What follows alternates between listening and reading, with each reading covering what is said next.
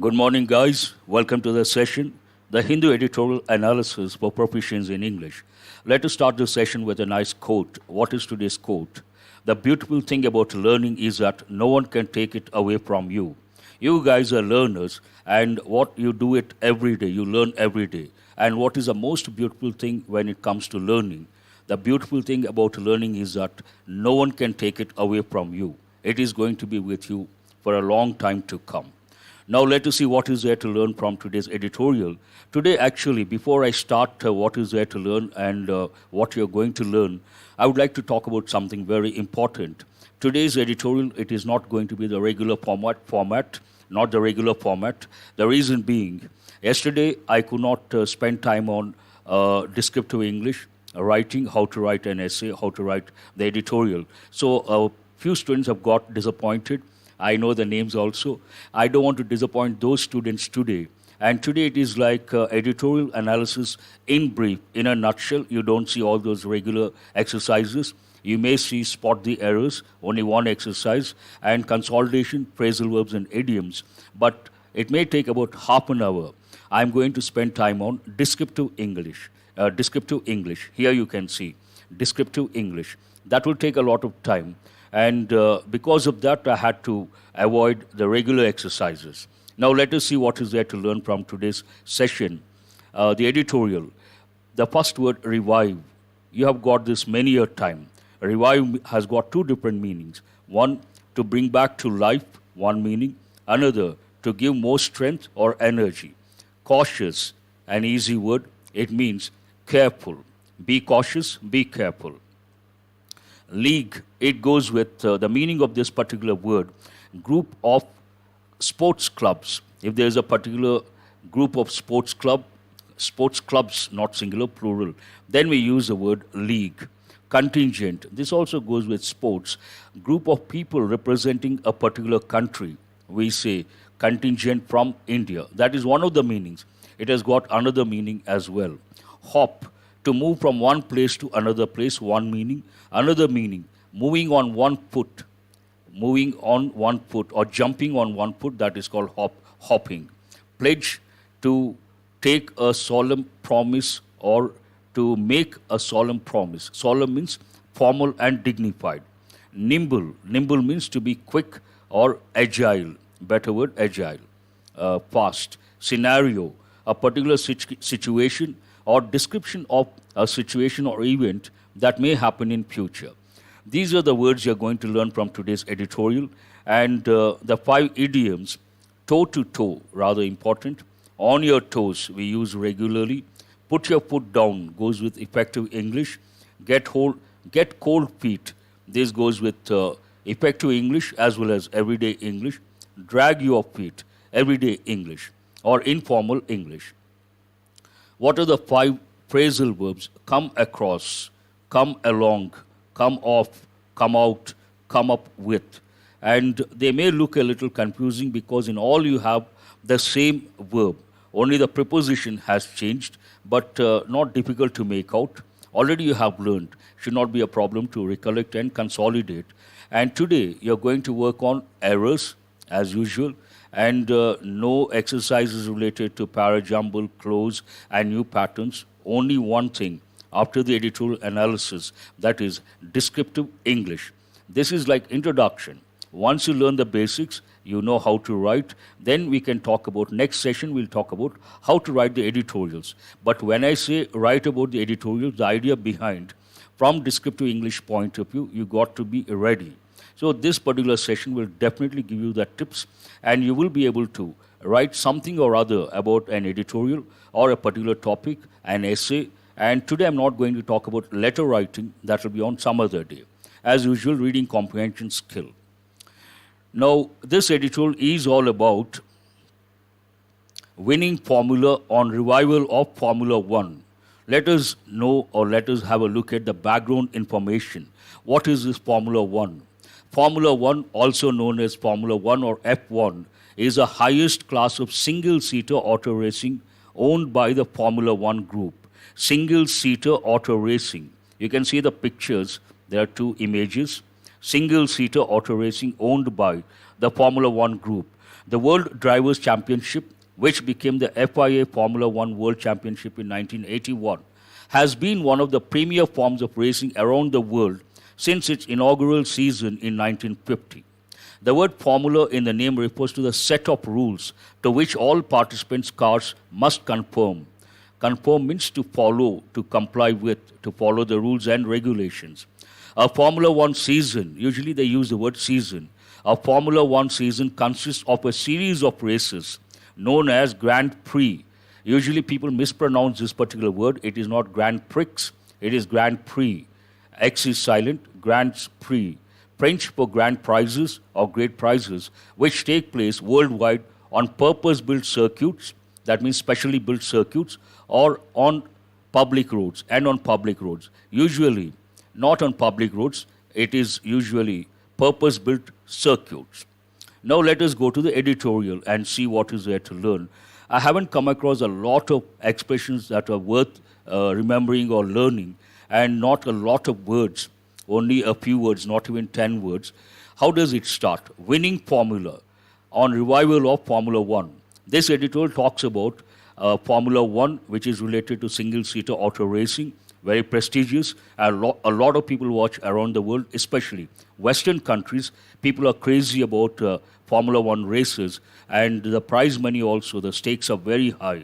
And this talks about the winning formula related to revival of Formula One. What is that winning formula?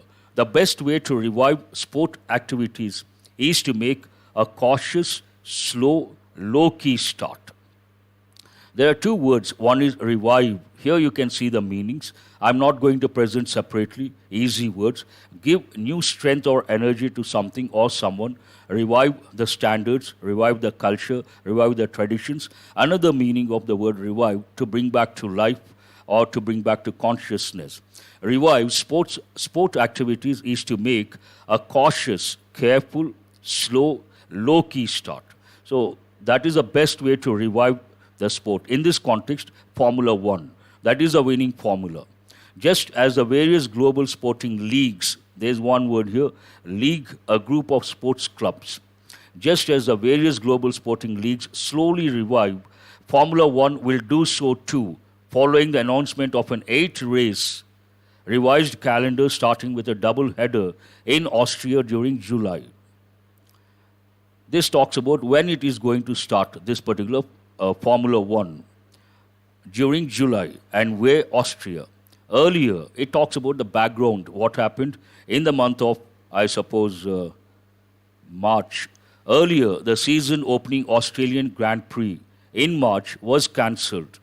At the 11th hour, this is an idiomatic expression, it means at the last moment. Here you can see the meaning. At the last moment, after the whole contingent. Contingent has got different meanings, but in this context it means a group of people representing a particular country. Whole contingent gathered at Melbourne when a member of the McLaren Formula One team tested positive for COVID-19. It was to be held in the month of March, but it got cancelled. Now they want to start, revive, but on a cautious note.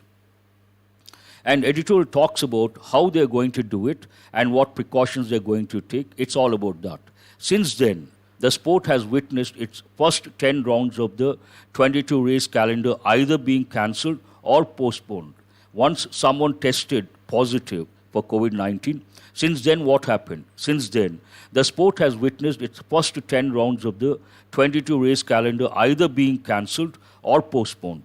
Recently, the German Football League, Bundesliga, how do you pronounce it? Bundesliga, restarted its season, while the Premier League is scheduled to commence later this month. This goes with football. However, then the editorial talks about the difference between other sports events and this particular Formula One. However, unlike football or other domestic leagues that are localized and can be played in a controlled environment, F1 faces unique challenges due to its global footprint that hops across 5 continents through the year. This F1, it is not restricted to a particular country. It spreads across 5 continents through the year. There's one word here, hops. Usually the word hops, it goes with everyday English. Hop means move by jumping on one foot. On one foot, you try to jump or you try to move by jumping. That is known as hopping. Another meaning of the word hop, going from one company to another company. Some people, they don't work for a particular company for a long time. They leave that one company, they go to another company. Then we use the expression job hopping. Job hopping. But what is the meaning of the word hop in this context? Pass quickly from one place to another place. Here, 5 continents across the world. Based on that, what are the implications and what precautions have to be taken?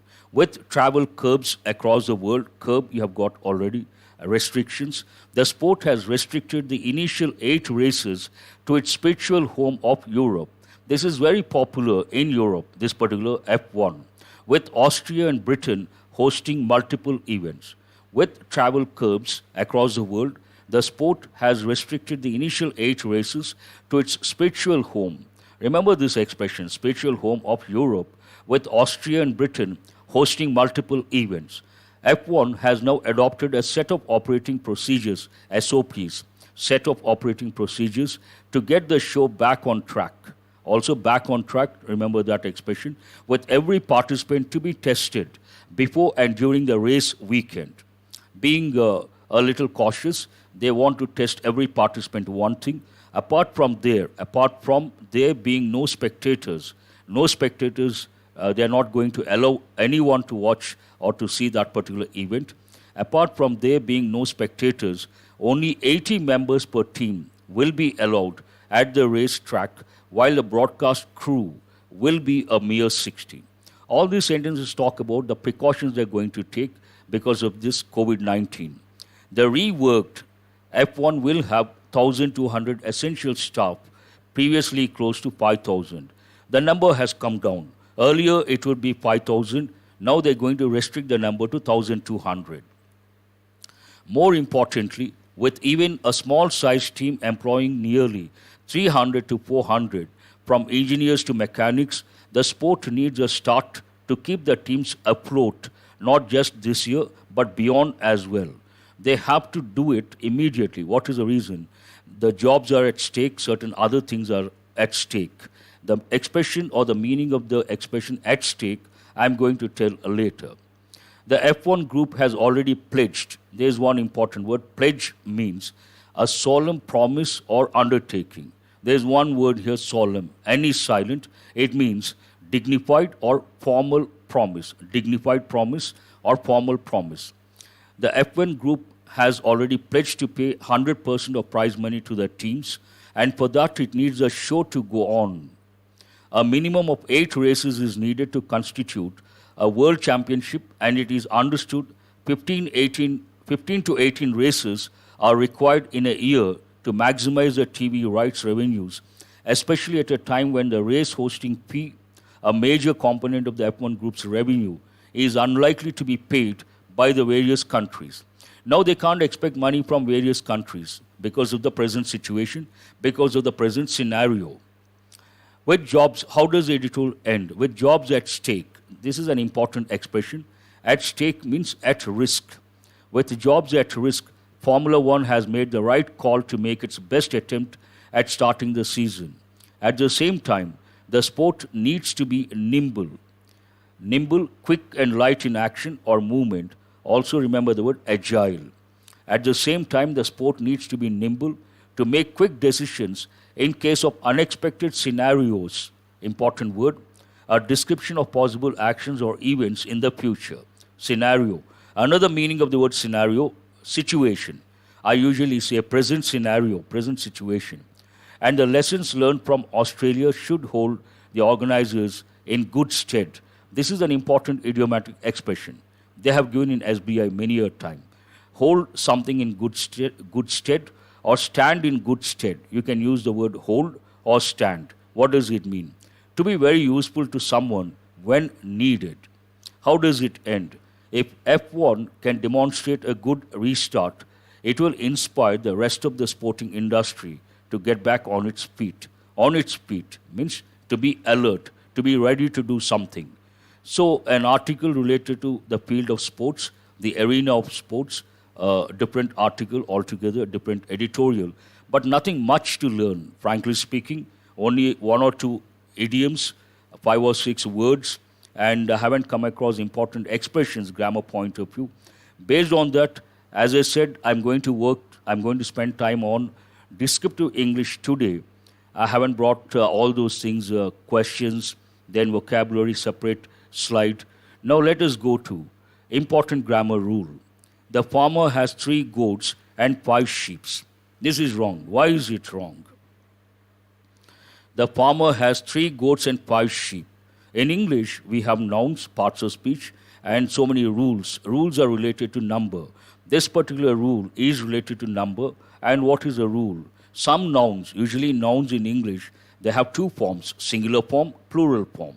And singular form, plural form, usually plural form takes S or ES, but exceptions are there. But one particular rule, what is it?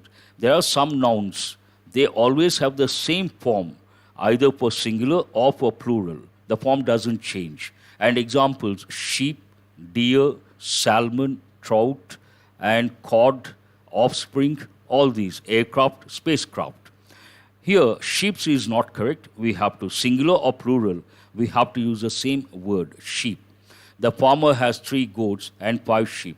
If you ask me, sir, here it is goat, goats, and dog, dogs, and tiger, tigers. Why not sheep, sheeps? That is a $1 million question. We cannot answer what is the reason. It goes with English language. They must have had their own reasons. All that we can do, respect the language, accept it, and move on. We cannot, it does not depend on any logic. Quite often I say, English doesn't depend on logic. Usually Indians, we use logic all the time. But logic doesn't work with English. A lot of exceptions. Goat, goats, dog, dogs, tiger, tigers. Why not sheep, sheeps? There's no answer for that. We don't have to go so deep into that. Now, time to work on the exercises. Only one exercise from this editorial or the today's newspaper. Spot the errors. You can see the first sentence. Have a look. Try to respond. I could finish in 16 minutes, no problem. We'll get time for descriptive paper, descriptive English. English has rules, English has exceptions. That's right, Sai Jyotsna. Absolutely. Yes, Shivkumar. Shivkumar, yesterday I saw your message.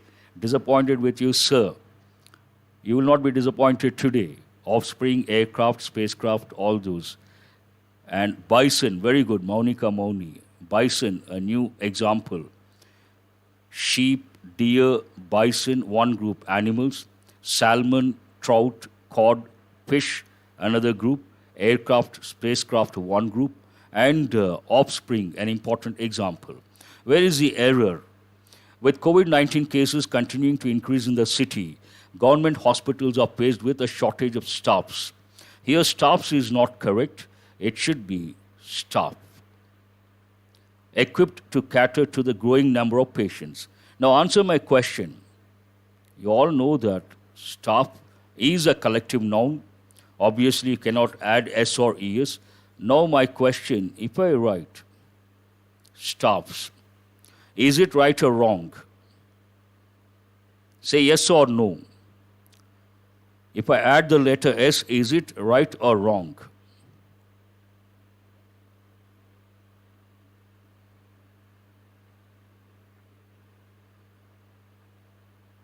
Government hospitals are faced with, this is in present, passive voice.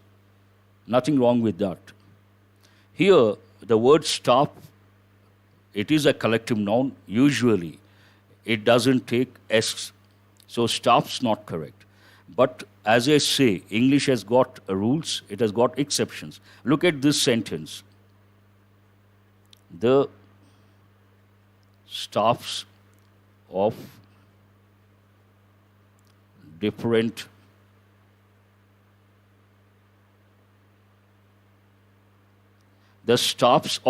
universities.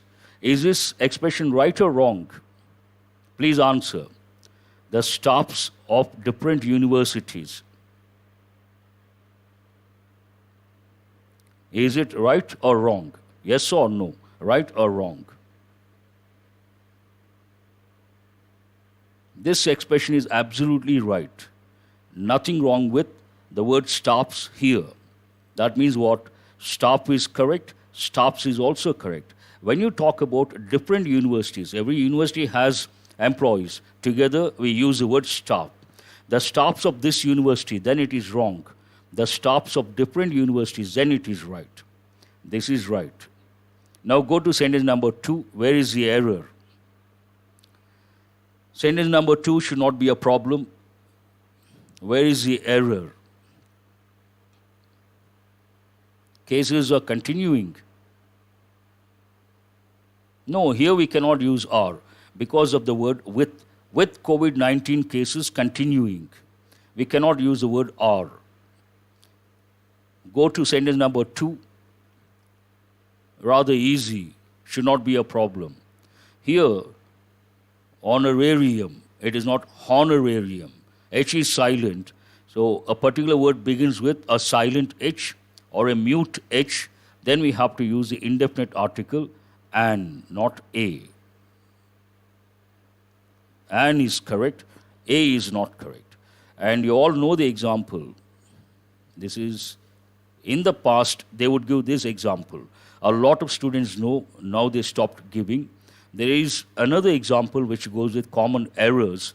A lot of people say, a honest man. They say honest, it is not honest. H is silent, honest man. When the letter H is silent, you cannot say a. It has to be an honest man. This is important from the exam point of view. Not a honest, an honest. And what are the examples? Honorable member, that is also right. And one more example important, HEIR. Here H is silent, air, not hair. And here it should be an. This is an important example, so is this one. Do remember these two.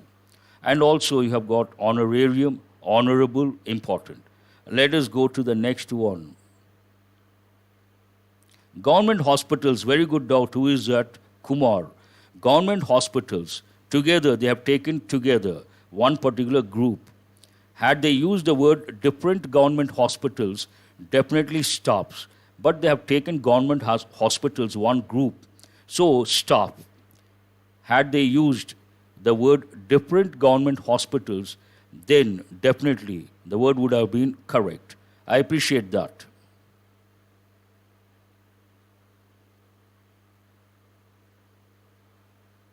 You have to learn, Adi, you have to learn. Only then you can find out. Regular classes, usually, we give the examples. The words that begin with silent or mute H. You have to learn the hard way. Please go to sentence number 3. That means some amount as a mark of respect, honorarium. Here, the Greater Chennai Corporation is set to deploy 1,500 skilled volunteers, paying them an honorarium for their services. Means some amount as a mark of respect. Please go to sentence number 3 and tell me where the error is. This is a bit difficult. A payment given for professional services that are rendered nominally without change. Yes, nominal, not in a big way. That is right. Who is this? Ravindra Singh. Absolutely. Please go to sentence number 3. Not easy to spot the error. Have had, absolutely no problem. It is in present perfect tense. Have had, no problem. Here, after domestic flights resumed, many passengers over at Chennai have had, nothing wrong. Stopped, someone says stopped, but what is the correct expression? Who? No, who is not required. It's understood.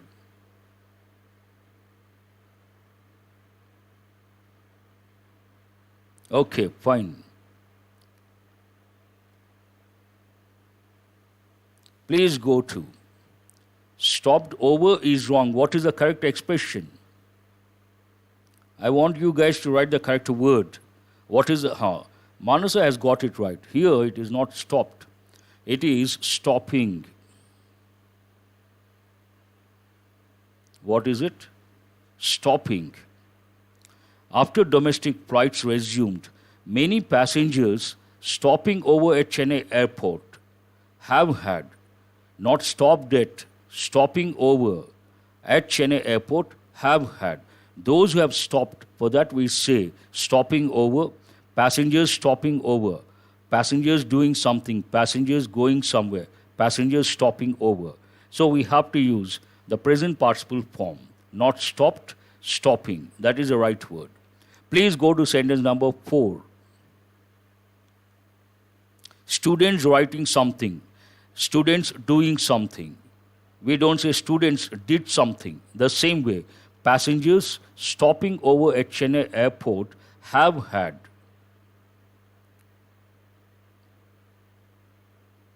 Please go to, this is an important one, but not that difficult. Here, could the rules and practices organizing, practices, here it is the noun, plural form. Then the spelling is not correct. It should be practices, CES, practice, SC, that is a verb, and practice, this is a noun, and practices, CES. Under pressure, here it looks rather easy, but do remember, under pressure, it is not that easy to spot the error. Let us go to sentence number 5. Tell me where the error is.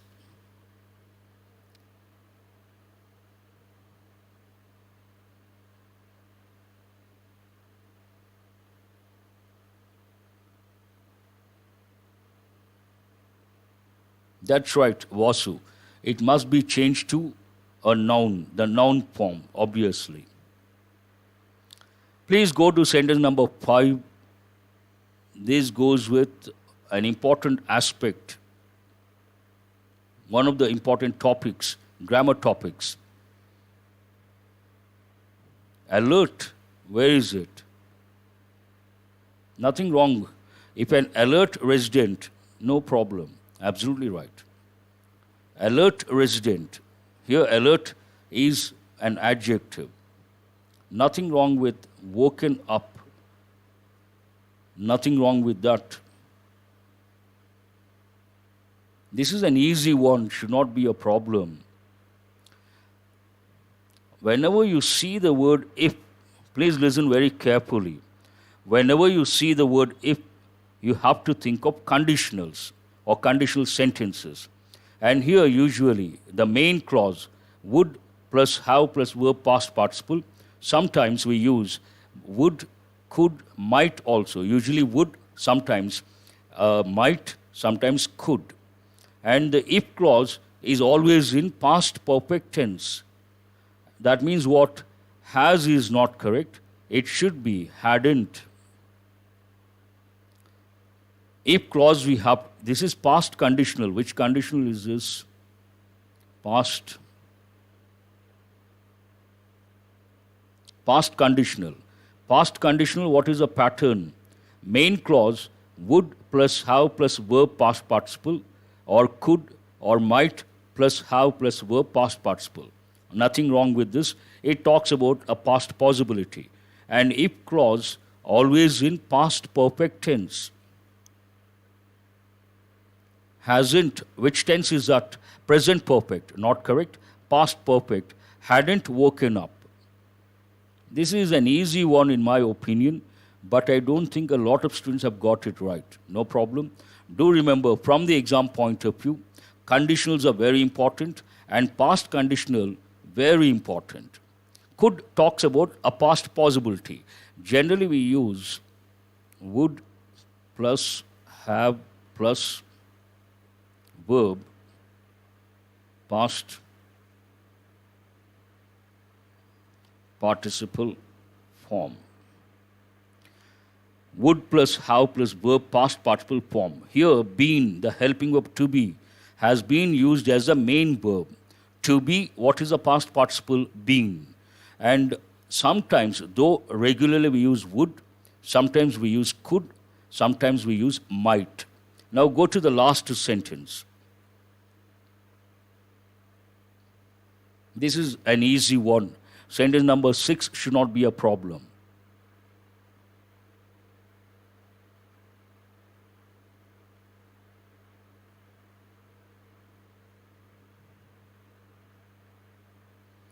What is the subject here? Team. Team is a collective noun. The sentence doesn't talk about any division. Any collective noun usually takes a singular verb. Here, singular verb, no problem. But here, this is not correct. Have is not correct. It should be. Has been. Almost the entire team looking after media at the Strategic Ministry of Home Affairs, put it in brackets, then team have been or team has been. Team is a collective noun. Collective nouns usually take singular verb. Have is not correct. Has is correct. The team has been shifted. That is present perfect, passive voice. Has anyone got all the 6 correct?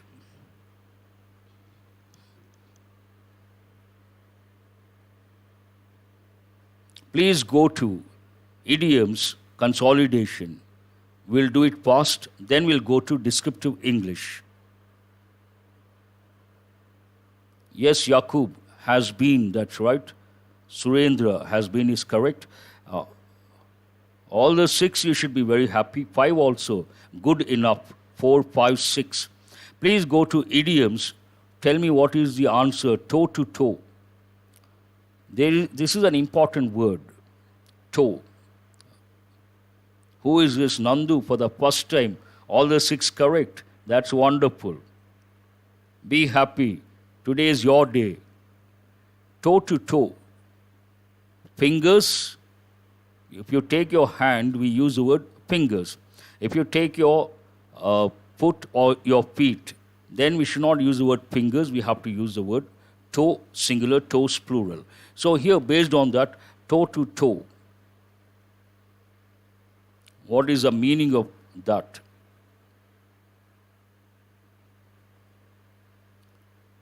E is the answer. This is formal English. A direct conflict between 2 people or groups, possibly in close quarters, toe to toe. On your toes, you have got in the editorial, today's editorial, on your toes. This goes with informal English or everyday English, on your toes. He is always on your toes. It also goes with workplace. D. No, that's not right. C is the answer, to continue directing all the attention and energy. On your toes means to be alert, ready to act, ready to do something. To continue directing all the attention and energy. He is always on his toes, a typical expression.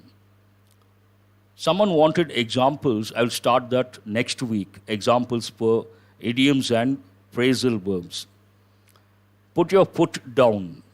What is the meaning of that? Third one. Deal with someone in a strict way. Answer is D, and that goes with formal English. Put your foot down. 4. C. C is already over. Get cold feet. This you have got many a time. Answer B. Get cold feet, to experience reluctance or fear. Imagine you have to give a presentation. Before the presentation, you become anxious. Then what do you say? I got cold feet before the presentation. I got cold feet before the meeting. What are you left with? This is again formal English. It goes with informal situations as well. Drag your feet. Literally, we say don't drag your feet if someone walks very slowly, but it has got other meaning. Drag your feet. Do something very reluctantly. Delay doing something. Don't drag your feet. This goes with informal English. Now let us go to phrasal verbs. A little confusing. I want you guys to respond quickly. Come across. Rather easy, should not be a problem.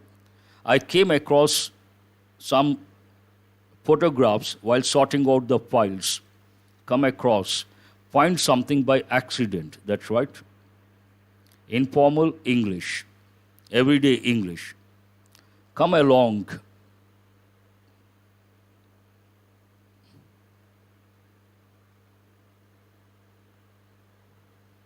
To see. Accompany someone when going somewhere or while going somewhere. Informal English. Come along with your brother, come along with your friend, come along with your sister. Accompany your sister, accompany your brother, accompany your friend. Come off. This is a bit difficult. The parts of the car are coming off. The vehicle is coming off. What does it mean? When something becomes separated or unstuck from another thing, answer is E. Informal English. Come out. This is rather easy. Come out, appear or leave the inside of a place, obviously. Informal English. Come up with, you have got this many a time. This is an important one. Come up with, he came up with a brilliant idea in the meeting. What does it mean? Create or invent something.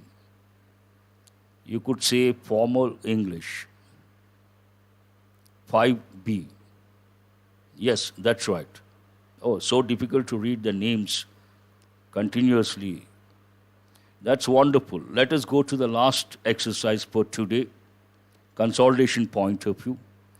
Vocabulary consolidation. Come up with a plan, come up with a strategy, come up with a creative idea, come up with a brilliant idea. Go to the last exercise. Thronging, an important word. Throng, verb. Thronging could be a verb. It could be a noun. It could be an adjective. Oh, that's very good. All the 5 correct. You should be very happy. I see a lot of students. One is Prasad, another Ramya, and some more students. But please go to. I want you guys to respond quickly because I want to spend time on the descriptive part, descriptive English. I don't know how many of you are really interested in that, but a few students have been asking, sir, please give tips regarding descriptive English. Who is that? But there are 300 plus students. What is the usual number? I don't know. Could be because of the weekend. Substantive.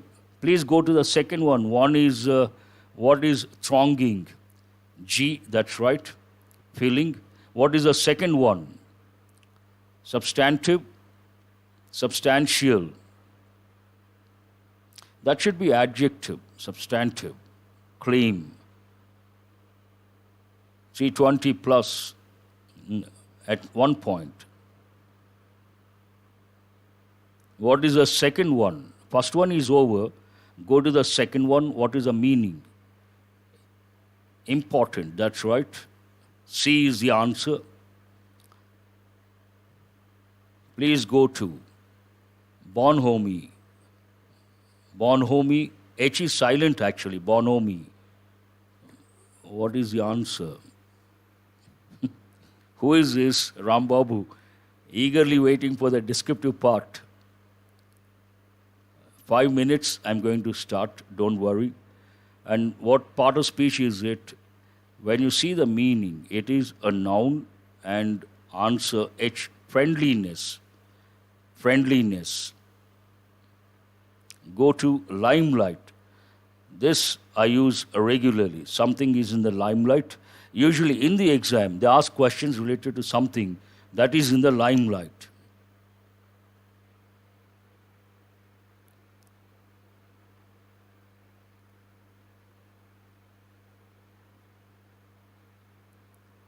Thank you, Shivkumar. Nice of you.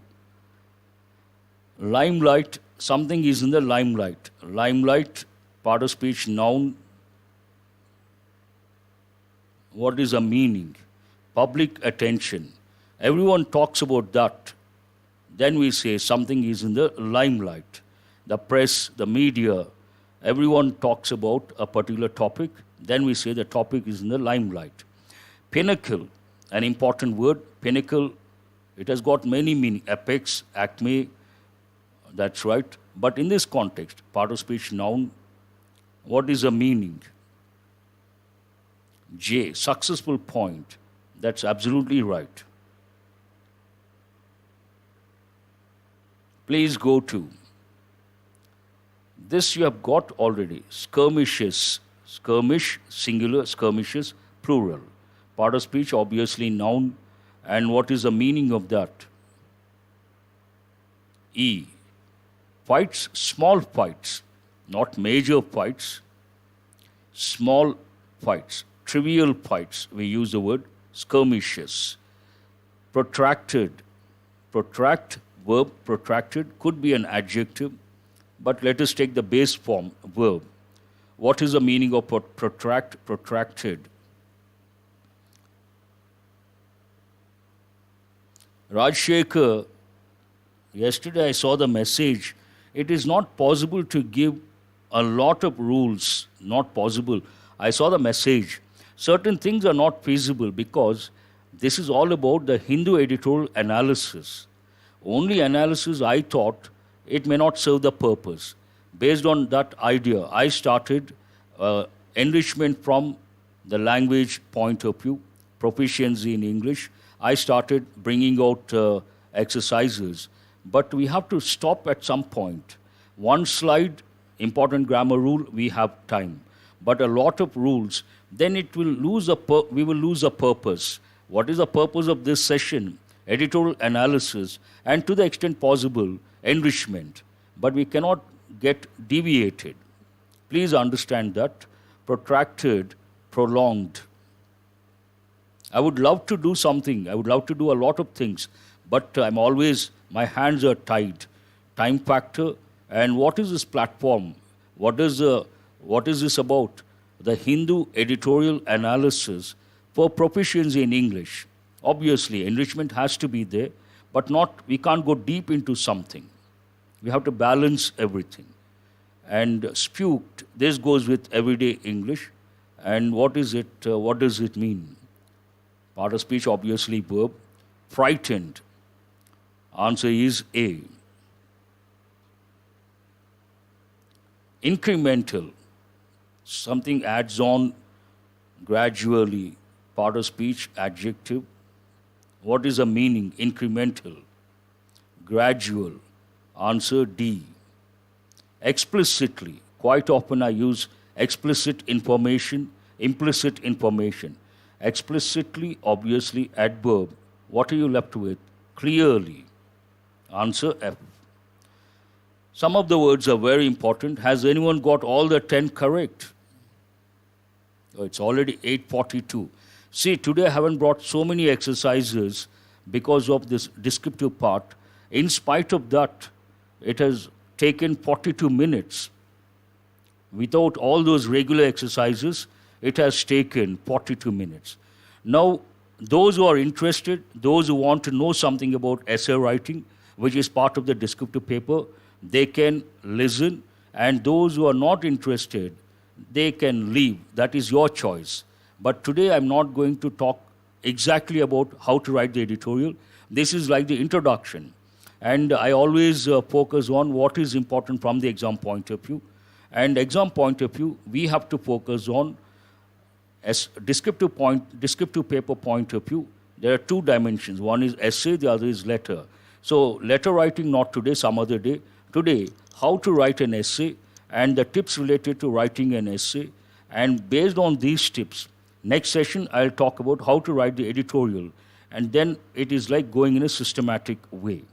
Now, descriptive English, if you take SBI, IBPS, any other bank exam, you have at the time of mains one particular paper, descriptive English. Usually I tell students, descriptive English, descriptive paper makes or breaks your selection. Makes or breaks your selection. Do remember. Actually, I'm not supposed to do this on this platform. But to help the students, I decided to do. This usually we do regular classes, special classes. But I thought, fine, let me do it. A lot of students may get benefited, nothing wrong in enriching your knowledge. Descriptive, please listen very carefully at the outset. Descriptive English, descriptive paper, you have two dimensions. One is essay, the other is letter writing. And usually I tell students, this makes or breaks your selection. Those who do this particular paper well, they get selected eventually. And those who mess up with this particular paper, they go very close and come back. So don't take it very seriously. I repeat, it makes or breaks your selection. You go that far, then you can't come back. That is very painful. You should not take any chances. Now, any aspect, competitive exams point of view, first, whether it is passage or close or parajumble or spot the errors, you should ask one question or descriptive paper. What is tested? What do they expect from you? What do they test? What do they expect from the candidate? So the first question at the outset, what is tested? When they ask you to write an essay, what do they expect from you? Or what is tested? What do they test? There are 4 areas. The first one, is the candidate aware of current affairs? They usually ask 3 questions or 4 questions or 5 questions. Those topics are in the limelight. They are part of current affairs. The first and foremost, what is tested? Is the candidate aware of current affairs? Imagine today we talk about artificial intelligence, and you all know COVID-19. If at all they ask you to write an essay about COVID-19, the impact of that on Indian economy, you should be able to write. That means what? You are in touch with current affairs. You have kept yourself abreast of the latest developments. The second one, does the candidate have the ability to draft his ideas on paper? This goes with writing skill. Ability means what? A particular skill. Ability to draft his ideas on paper, whether he can write or not. But writing is a special skill. Everyone cannot write. Today, if you go to the UK, you go to the US, what is the mother tongue? English. But all of them are not writers. Many of them are not writers. Writing is a special skill. What is that special skill? Can the candidate deliver logical arguments in a coherent manner? This is the most important thing. Obviously, logical arguments.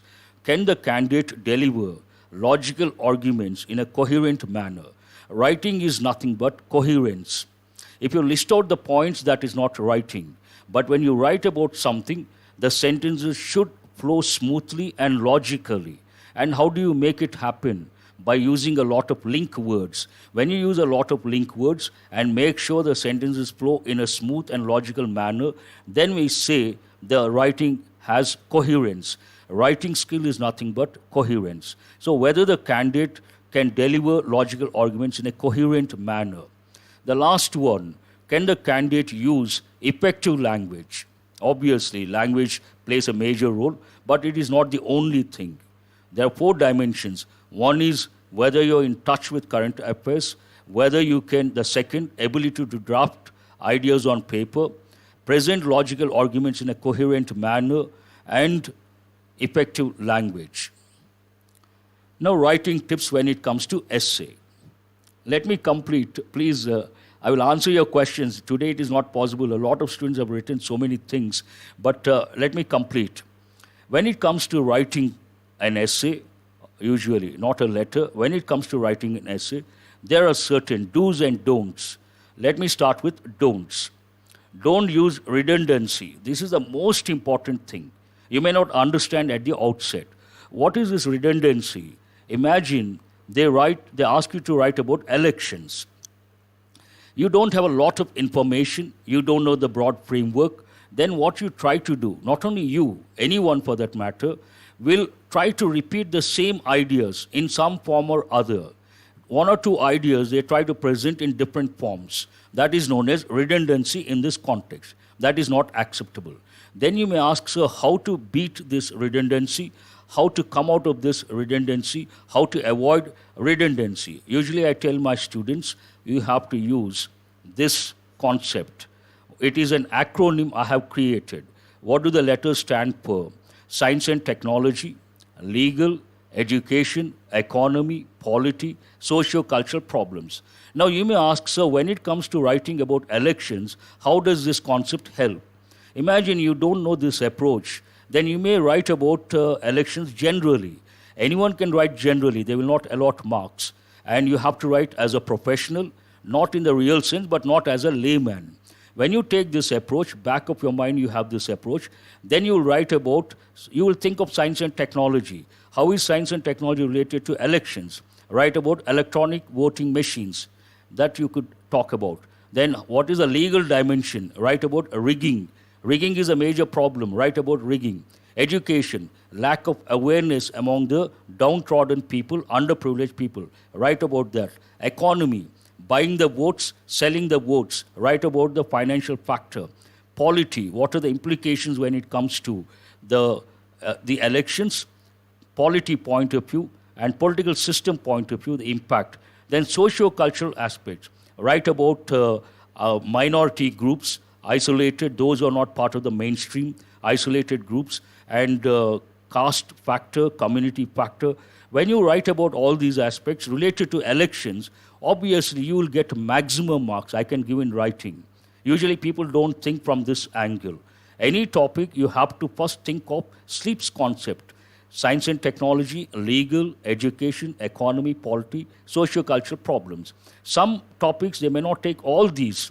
They may take 3 or 4, then write about those. So when you write, keeping this in mind, you will definitely avoid redundancy. Otherwise, what happens? You will write about the same point in some form or other. That is not acceptable. Don't use subheadings. I know the people who have corrected SBI descriptive paper. Based on that, this is authentic information. When it comes to bank exams, especially SBI mains descriptive paper, don't use subheadings. Not acceptable. Don't use short forms. If you have to write Hyderabad, don't write this way. It is not acceptable. And don't translate your ideas from your mother tongue to English when it comes to writing. Then you'll make a lot of grammatical errors. Usually a lot of candidates, a lot of students, those who are not good at English, they have a bad habit. I'm sorry to use the expression bad habit. I will change it to they have a habit. What is that habit? They try to translate when it comes to writing or when it comes to speaking. That is not the right approach. When you have to write, think like an Englishman and express the ideas using your grammar knowledge. When you have to speak, try to use the standard patterns. Don't translate from your mother tongue to English or English to your mother tongue. If you try to translate, what will happen? You will come across expressions like I coming, you going, which is not acceptable.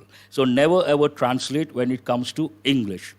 Don't use SMS language. Now the young generation, you guys are very good at SMS language, and people like me can't make out the head and tail of that. I can't figure out. And SMS language, for you, don't write this, and R, don't write this, and fine, I don't know what you guys write. Try to avoid SMS language, not at all acceptable.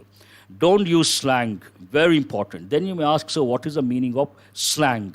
Slang means language in usage but not standard. Never ever use slang. And don't use local examples. When you write about a particular topic, you have to substantiate by giving examples.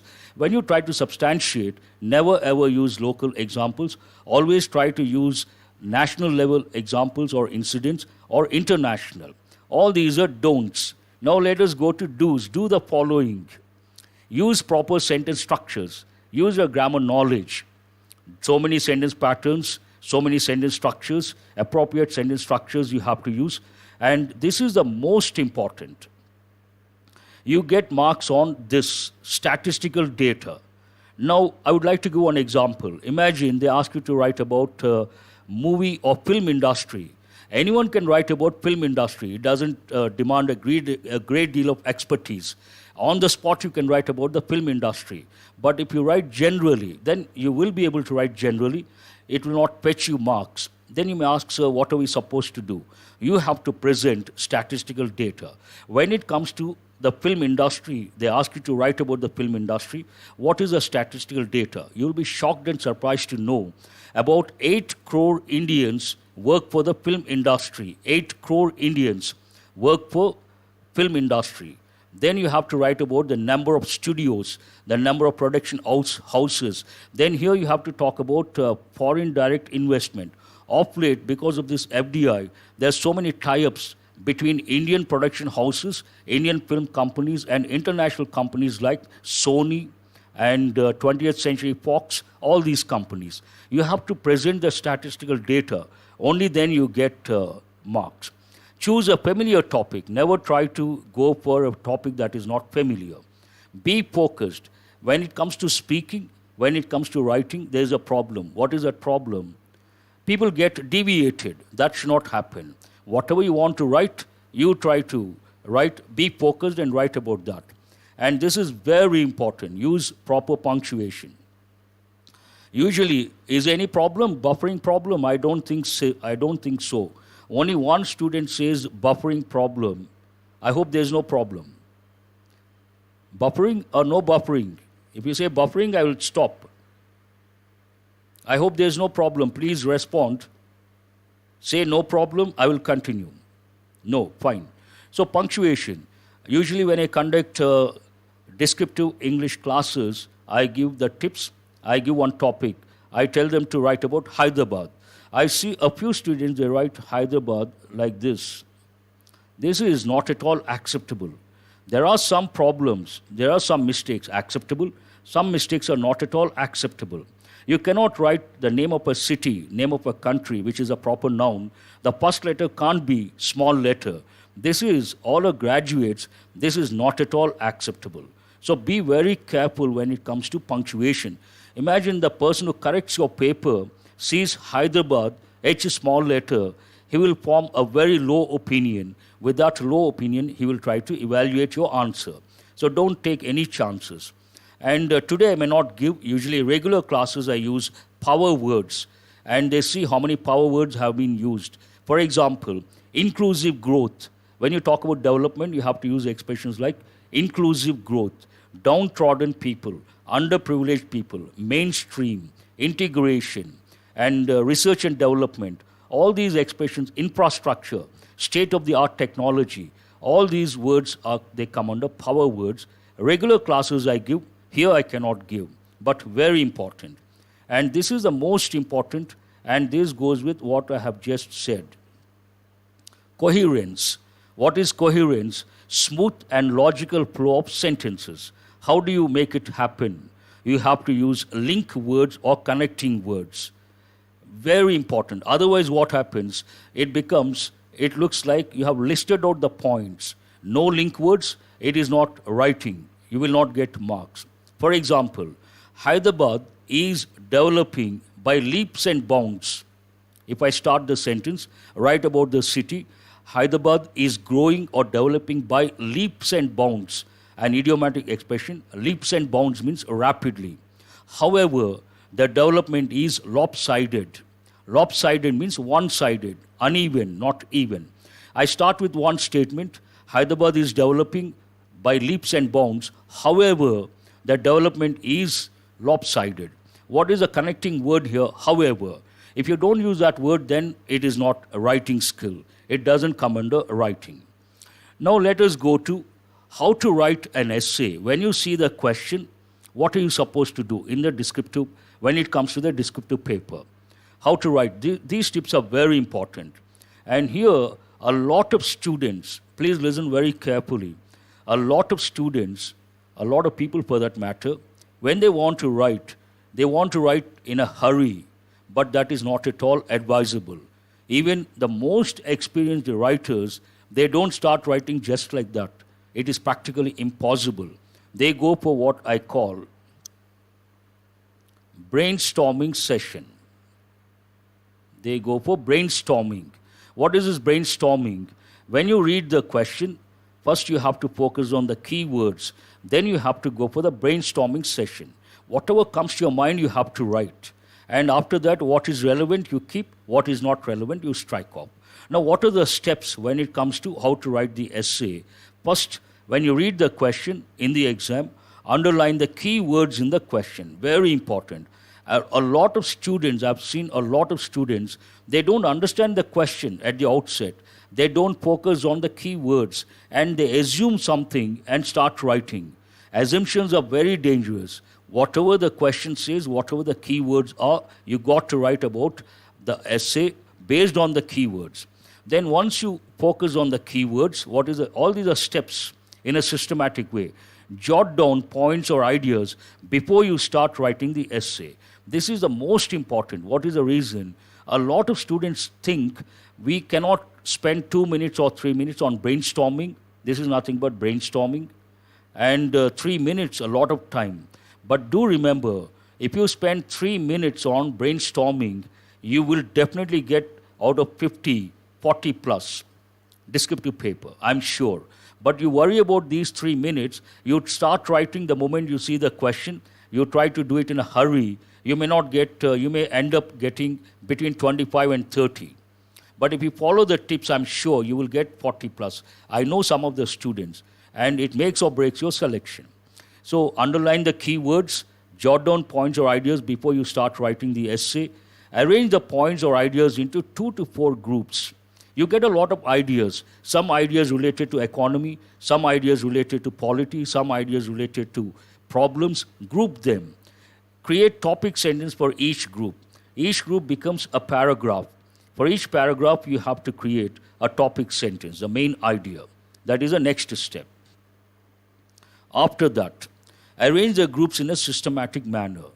Based on the question, you got, let us say, you went in for the brainstorming session, you got about 20 points, and you have organized them into 5 groups. Then you have to arrange these groups in a systematic manner. Systematic presentation is very important. Then think of appropriate link words. As I said, first points, then you have to think of link words or connecting words. After that, write a short introduction to your essay and write a conclusion. Initially, you don't have to write. Once you get the groups, the points, the groups, and systematic presentation of the groups, then you write the introduction. After that, you write the conclusion. And some important tips now. Don't go against the essay. In the sense, don't go against the government. That is never appreciated. Tone of the essay should be informative and suggestive, never negative. Your essay should be informative. You have to provide information with the help of statistical data, and at the back end of the essay, you have to give some suggestions or solutions, suggestive.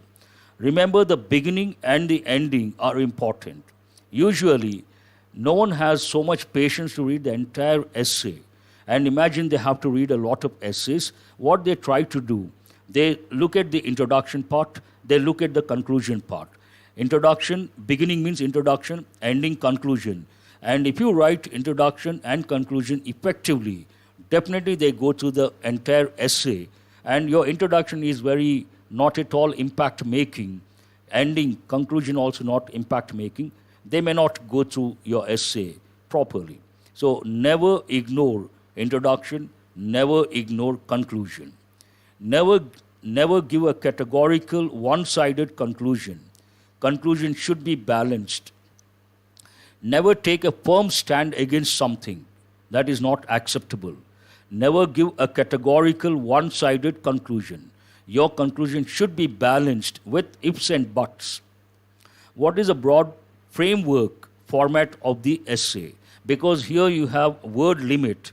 It could be 150, it could be 200, it could be 250.